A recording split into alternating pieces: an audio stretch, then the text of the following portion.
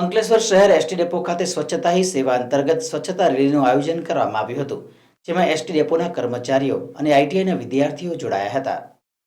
સ્વચ્છ ભારત મિશનના 11 વર્ષ પૂર્ણ થવા જઈ રહ્યા છે, જેના ભાગરૂપે સ્વચ્છતા હી સેવા 2025 અભિયાનને સ્વચ્છોત્સવ તરીકે ઉજવવાનું નક્કી કરવામાં આવ્યું છે.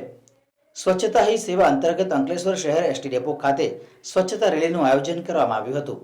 ડેપો મેનેજર જગદીશ ગાવિતની અધ્યક્ષતા હેઠળ યોજાયેલી સ્વચ્છતા રેલીમાં ડેપોના ડ્રાઈવર, કંડક્ટર સહિતનો સ્ટાફ તેમજ આઈટીઆઈના વિદ્યાર્થીઓ જોડાયા હતા. આ રેલીમાં કર્મચારીઓ અને વિદ્યાર્થીઓ હાથમાં સ્વચ્છતા સંબંધિત સૂત્રોચ્ચાર સાથે પ્લેકાર્ડ્સ લઈને બસ સ્ટેશન વિસ્તારમાં ફરી હતી અને મુસાફરોને ડેપો અને બસમાં સ્વચ્છતા જાળવવા અપીલ કરી હતી. જેબી ગાવિત, ડેપો મેનેજર અંકલેશ્વર.